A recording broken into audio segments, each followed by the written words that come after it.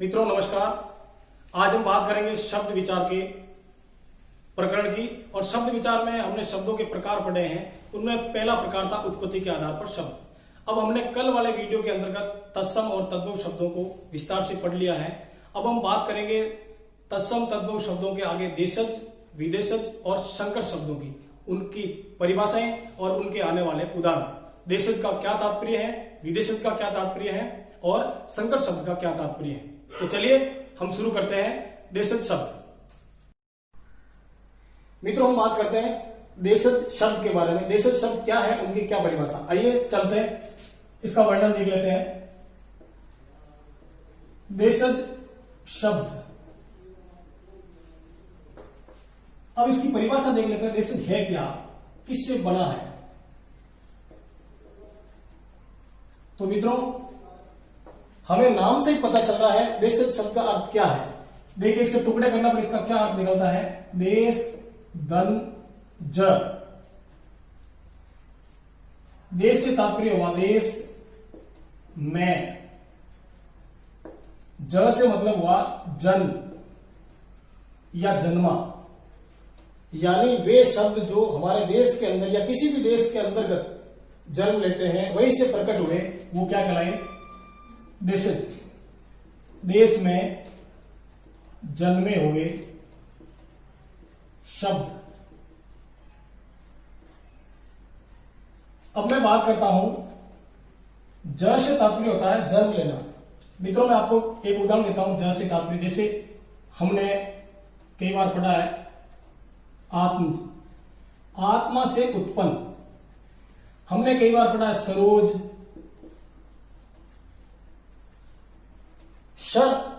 Sir का तात्पर्य होता है सरोवर, ज का मतलब उत्पन्न यानी कमल। मैं इसका और बता दूं जलज, यानी जल में उत्पन्न होने वाला। और इसका मैं विपरीत अर्थ बता देता हूं। जैसे ज का मतलब हुआ जन्म लेने वाला, जन्मा। अज का मतलब होता अजन्मा, अजर यानी क्या कहलाएगा, ईश्वर। मैं आपको एक इसका विलोम बताया मैंने अलग से। तो देश में जन्मे हुए शब्द क्या कहलाएंगे, देशज। ज से तात्पर्य होता है जन्म लेने वाला। आत्मज यानी पुत्र होता है, आत्मा से उत्पन्न। सरोज सरोवर में उत्पन्न। इसका दूसरा पर्यायवाची देख लीजिए पंकज, पंक यानी कीचड़, और ज यानी जन्म लेने वाला, यानी कीचड़ में उत्पन्न, कीचड़ में जन्मा। मित्रों मैं ये उदाहरण इसलिए दे रहा हूं कि ज का हमें तात्पर्य मिल रहा है कि ज से तात्पर्य होता है जन्म लेना। समझ आ गया। अब देश में जन्मे हुए शब्द क्या कहलाएंगे, देशज शब्द। अब इसकी परिभाषा लिख देता हूं।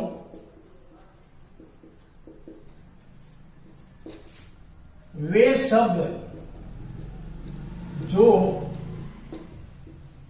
संस्कृत भाषा से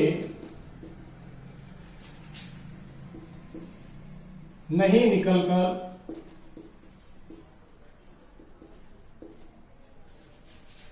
देश के विभिन्न क्षेत्रों से उत्पन्न हुए हैं,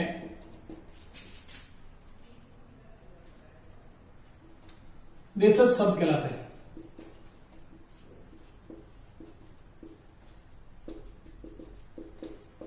बिल्कुल समझ में आ रहा है मित्रों।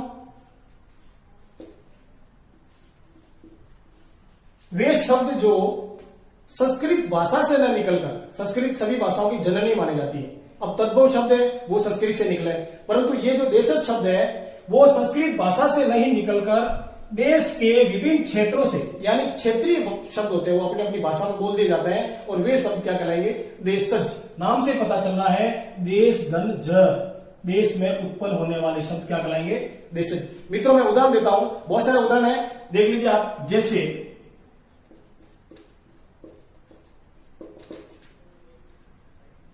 जगमग,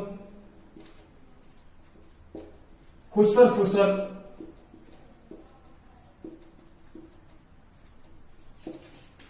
ठन ठन,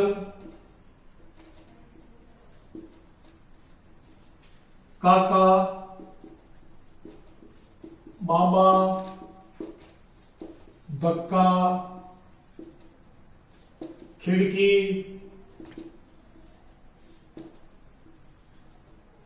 खड़खड़,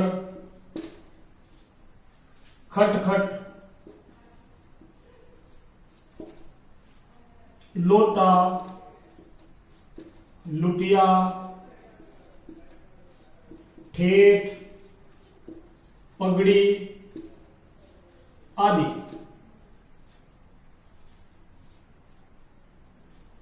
मित्रों देख लीजिए आप, ये जो सारे शब्द बने हैं ये क्या बने हैं? देशज शब्द। अब देख लो, जगमग, खुसर खुसर, ठन ठन, बक बक और काका, बाबा,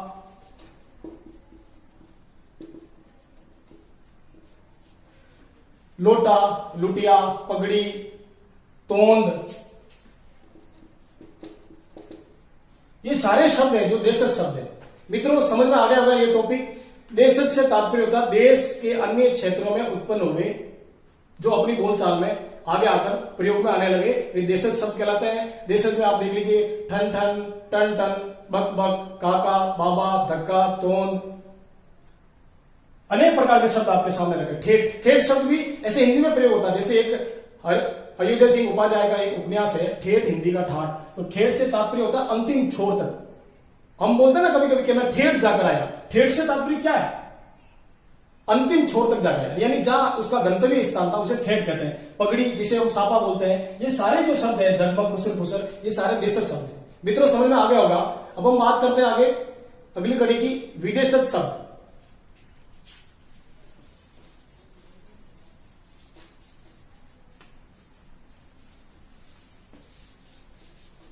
चलिए, विदेशज शब्द क्या होते हैं? ये भी देशज की तरह ही नाम के अंदर अर्थ छुपा हुआ है। मैं लिख देता हूं विदेशज। इसको मैं बोल सकता हूं विदेशी, इसको हम बोल सकते हैं आगत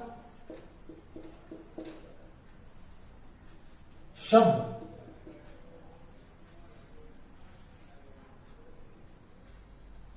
ये चौथा है। तत्सम के बाद में तद्भव, तद्भव के बाद में देशज और देशज के बाद में चौथा क्या चलेगा? विदेशज। देखो मित्रों, विदेशज बोल सकते हैं, इसको विदेशी बोल सकते हैं और आगत बोल सकते हैं, एक ही बात है। अब इन तीनों के अर्थ बता दूं मैं। विदेशज और विदेशी का अर्थ एक ही होता है, और आगत का मतलब होता है वे शब्द जो भारतीय भाषाओं के साथ विदेशी भाषाओं से आए हुए शब्द। आगत से तात्पर्य है आया हुआ। अब मैं इसका अर्थ बता देता हूं। देशज की तरह इसका भी अर्थ निकलेगा विदेश धन, विदेश धन जर, यानी विदेश में जन्मा। अब विदेश में कौन जन्मा? हम कोई आदमी की बात नहीं कर रहे, हम शब्दों की बात कर रहे हैं, जन्म लेने वाला। और आगत का मतलब होता है आया हुआ। अब कहां से आया हुआ? बाहर से, घर से, गली से नहीं, ये विदेशी भाषाओं से आए हुए शब्द हैं। वे शब्द जो कई वर्षों से भारतीय, कालांतर के समय भारत में अनेक प्रकार के, अनेक देशों के लोग आए, आक्रमण किया, शासन किया, आते गए जाते गए, उनके जो शब्द थे वो आए। अरबी, फारसी, तुर्की, डच, फ्रांस जिसे फ्रेंच कहते हैं, जापानी, रूसी, यूनानी आदि शब्द आए और यहां पर अपनी बोलचाल के अंतर्गत हिंदी में लिखे जाने लगे और उनका प्रयोग होने लगा। वे क्या कहलाए? विदेशज। विदेशज जड़ से तात्पर्य क्या हो गया? जन्म लेने वाला। मैं उदाहरण देता हूं आपको अलग अलग भाषाओं के। जैसे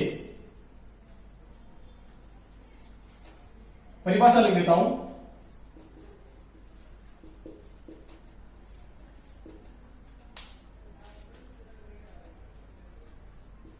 वे शब्द जो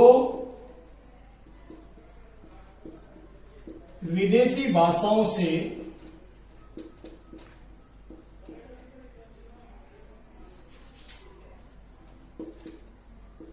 आए हो और उनका प्रयोग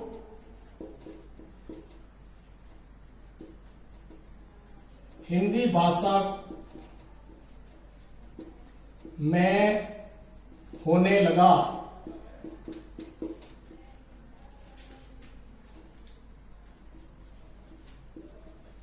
विदेशज शब्द कहलाते हैं। वे शब्द जो विदेशी भाषाओं से आए और उनका प्रयोग हिंदी भाषा में होने लगा।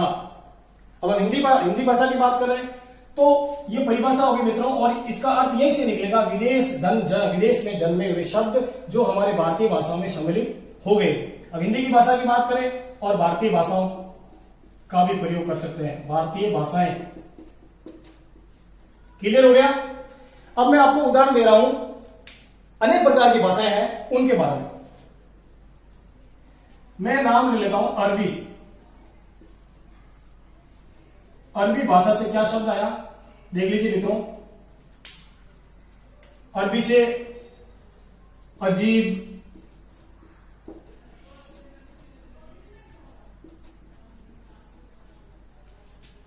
अक्ल, औरत, इज्जत,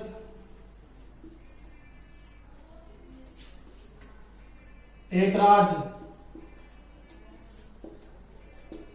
एहसान,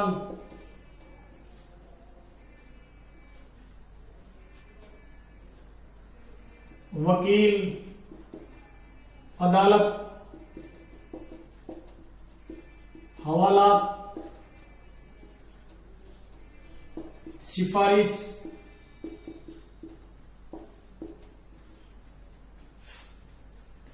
आदि शब्द।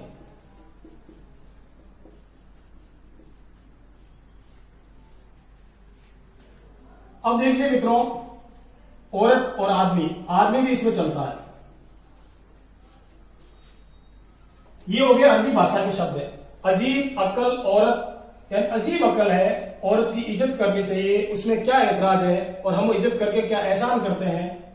वकील आएगा, अदालत में लेके जाएगा, फिर जब सजा होगी तो हवालात में होगा, और बाद में सिफारिश होगी तो छूटेगा, और आदमी शब्द हो गया, आदि शब्द होते हैं।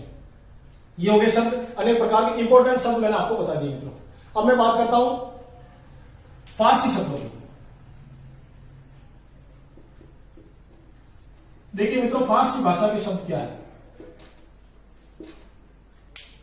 फारसी क्या हो गया, खरगोश, खुराक, खर्च, खामोश,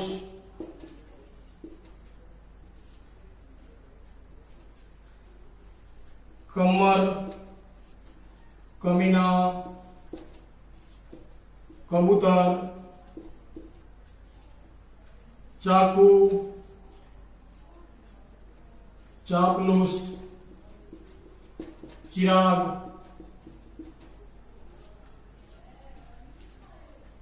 तीर, शोर, बीमार, आईना, हिंदी आदि। मित्रों इधर देख लीजिए,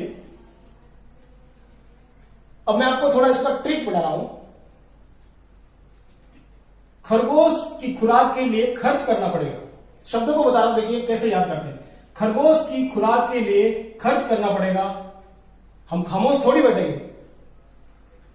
कमर, कमीना, कबूतर, चाकू, चापलूस, चिराग, तीर, शोर, बीमार। देखो तुक मिल रहा, तीर, शोर, बीमार, आईना, हिंदी।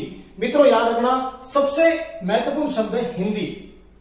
कई बार परीक्षा में आ चुका है, पिछली बार परीक्षा में आया था कि हिंदी शब्द किस भाषा से बिलोंग करता है, किस भाषा से बना हुआ है। तो हिंदी को याद करने के लिए हम कैसे याद करेंगे, अरबी, फारसी, तुर्की, ये एक जैसे शब्द मिल जाते हैं, हमारे दिमाग में एक जैसा पड़ जाता है, इसलिए इसकी ट्रिक याद कर लीजिए, कभी नहीं भूलोगे। हिंदी से तात्पर्य होता है, हिंदी हमारी भाषा, महत्वपूर्ण भाषा है, हम पढ़ते हैं। अब फारसी से हो गया है फारसी, अब इसको कैसे याद करोगे कि फारसी है, हमारे दिमाग में एक शब्द बैठा रहना है, हम कभी नहीं भूलेंगे। अब ही से बन गया हिंदी और फा से बन गया फारसी। तो मैं क्या लिख देता हूं यहां पर, हिफाजत। हमें हिंदी की हिफाजत करनी चाहिए, हिफा हिफा हिफा, शॉर्टकट में याद कर लो, हिफा। हिंदी की क्या करनी चाहिए मित्रों, हिफाजत। ये शब्द हो गए अरबी के और फारसी भाषा के। मित्रों आगे हम तुर्की भाषा के देख लेते हैं।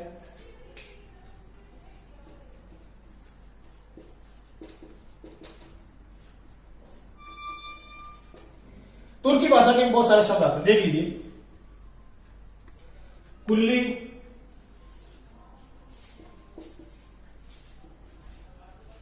ताश, लाश। मुगल आए और मुगलों के साथ में कौन आई, बेगम। और मुगलों ने किसका प्रयोग किया, तोप का। और उर्दू जो शब्द है वो भी क्या है, तुर्की शब्द है। और उर्दू का तात्पर्य होता है शाही शिविर।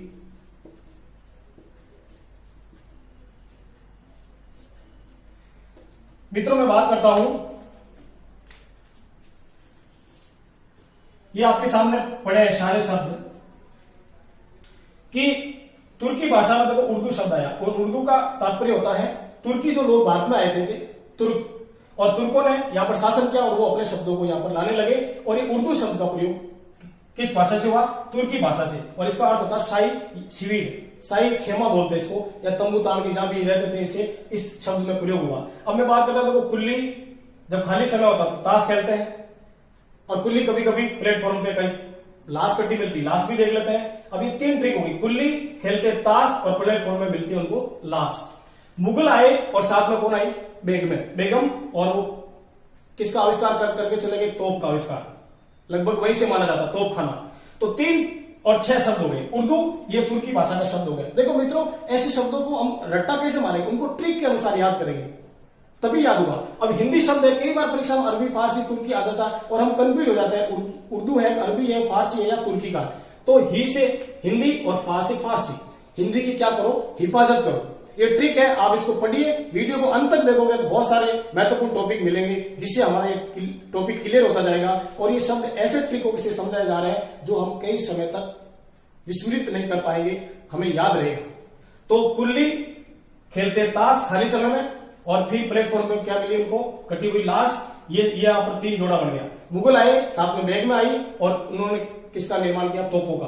और उर्दू शब्द है वो शाही है। तो ये आपके शब्द हो गए, सात और आदि। अनेक और भी शब्द होंगे, देखेंगे किताबों में, मैं तो कुछ शब्द में बता रहा हूं। अब हम बात कर रहे हैं मित्रों, आगे और भी भाषाएं हैं, उनके कुछ शब्द ले लेते हैं।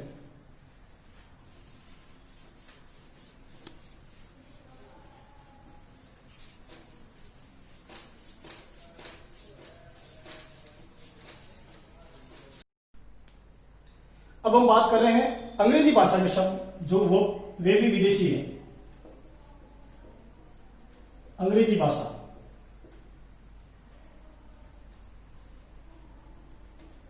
मित्रों अंग्रेजी भाषा के बहुत सारे शब्द हैं जो हम देखते ही पहचान लेते हैं लगभग। जैसे स्कूल, स्कूल के बाद में बच्चा घर आता है और फिर क्या जाता है, ट्यूशन। ट्यूशन का कार्य किसमें करता है, डायरी में। पेट्रोल, डीजल, कोर्ट, अफसर, डॉक्टर, चेयरमैन,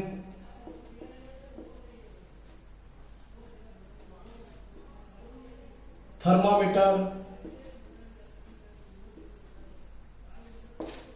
हॉस्पिटल,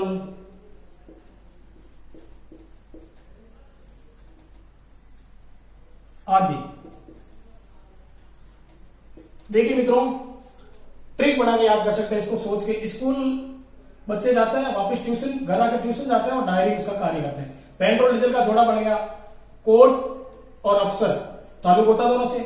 डॉक्टर और हॉस्पिटल, चेयरमैन हो गया तो चेयरमैन अफसर की तरह। थर्मामीटर का कार्य कौन करता है, डॉक्टर करता है हॉस्पिटल में। इस प्रकार के जो शब्द आते हैं, जैसे एक शब्द में और दे देता हूं, टिकट। टिकट का भी क्या है, टिकट शब्द भी क्या है, अंग्रेजी भाषा का शब्द है। ऐसे अनेक प्रकार के शब्द है, जितनी बार हम पढ़ेंगे और उसको देखेंगे तो हमें पता चल जाएगा ये अंग्रेजी भाषा का शब्द है। अब मैं बात करता हूं डच, जापानी,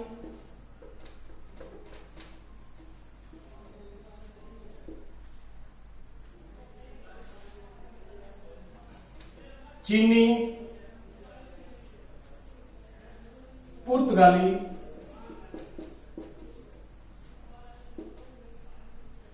रूसी, तिब्बती और यूनानी। ये भाषाएं भी हमारे हिंदी भाषा के अंतर्गत विभिन्न भारतीय भाषाओं में इनका प्रयोग होता है इन शब्दों का। तो डच का देखिए बम, ड्रिल, चिड़िया आदि।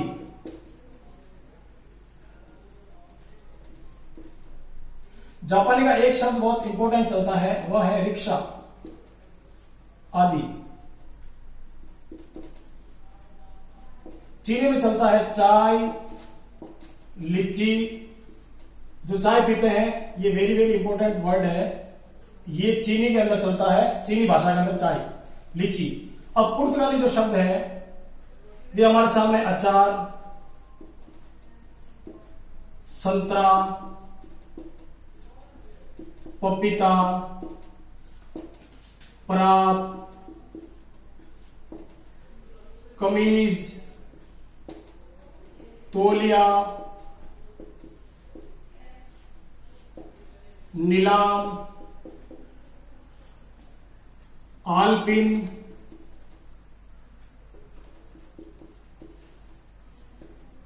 चाबी आदि। देखिए मित्रों, याद करने का तरीका क्या है। अचार, संतरा और पपीता खाने की चीजें हैं, परात में रख सकते हैं, सारी चीजें परात हो गई। कमीज और तौलिया नीलाम हो गए दोनों। आलपिन और चाबी, आलपिन की तरफ चाबी आदि, ये सारे शब्द कैसे हैं, पुर्तगाली शब्द। अब आगे देख रहे हैं रूसी, एक बुजुर्ग शब्द था, बूढ़े बुजुर्ग। ये बुजुर्ग शब्द क्या है, रूसी शब्द है।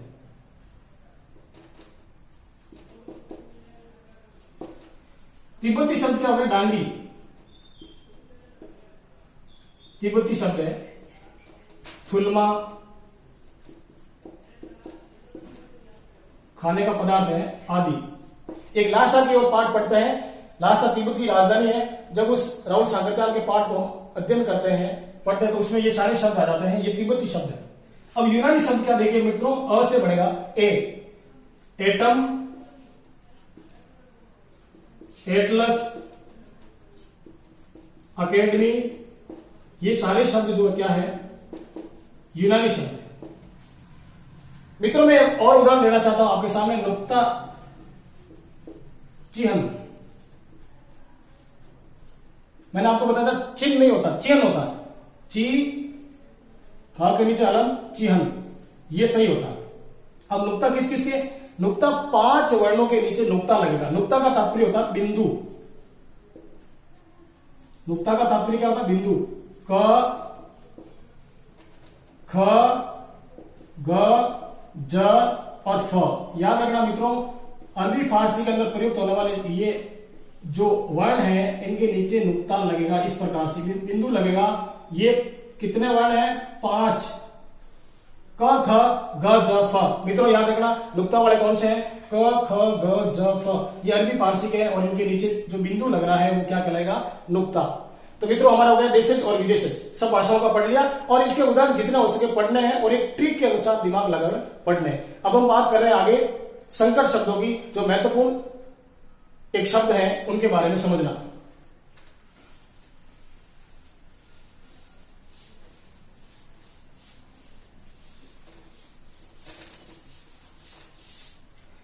मित्रों हम संकर शब्द की बात करें, कई बार परीक्षा में पीजीटी हो चाहे टीजीटी हो, नवोदय, केंद्रीय विद्यालय, व्याख्याता भर्ती परीक्षा, यूजीसी नेट, किसी प्रकार के भर्ती परीक्षा में ये प्रश्न आ जाता है कि निम्न में से संकर शब्द कौन सा है। तो देखिए नाम से पता करना हमें, संकर शब्द, बस हमें नाम को देखना और तोड़कर उसका अर्थ निकालना। तो देख लीजिए संकर शब्द, संकर शब्द का मतलब होता है मिश्रण। संकर का मतलब क्या होता है? मिश्रित शब्द। यानी मिश्रित का मतलब क्या हो? दो भाषाओं के योग से बने शब्द। दो भाषाओं के योग से बने शब्द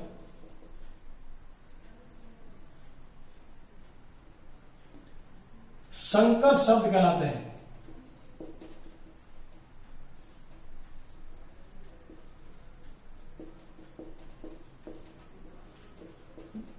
समझ में आ गया मित्रों? मिश्रित शब्द है ना संकर, साइंस के अंदर पढ़ते हैं ना, हाइब्रिड, जो दो बीजों को मिलाकर, दो नस्लों को मिलाकर तीसरी जाति प्रजाति का निर्माण किया जाता है। तो उसी प्रकार से संकर शब्द यानी मिश्रित शब्द जो दो भाषाओं से मिलकर बने हुए शब्द हैं और बाद में जाकर एक पूरा शब्द बन जाता है, वे क्या कहलाएंगे? संकर शब्द। दो भाषाओं के मेल से बनने वाले शब्द क्या कहलाएंगे? संकर शब्द। देखिए कौन कौन से हैं। जैसे टिकट घर,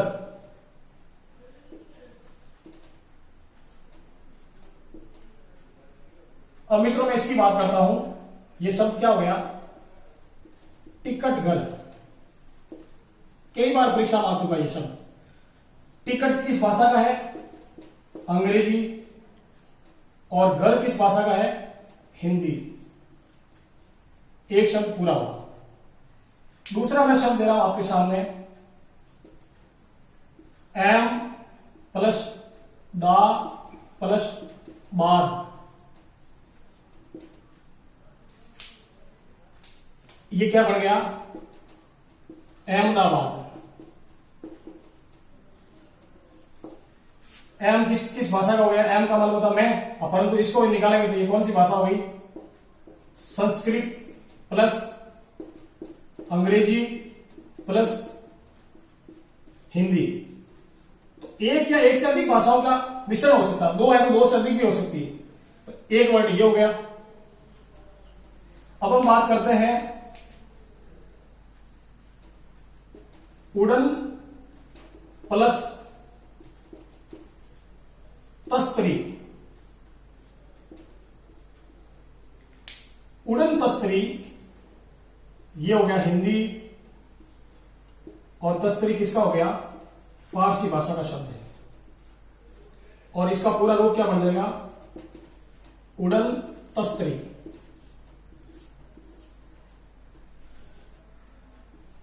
अब एक और शब्द ले लेते हैं इसी के जैसा हिंदी फारसी का, नेक चलन, यानी सही रास्ते पर चलना। नेक का मतलब साफ रास्ता। क्या बन गया? ये भी हिंदी और फारसी भाषा का, और इस शब्द का निर्माण क्या बन गया? नेक चलन।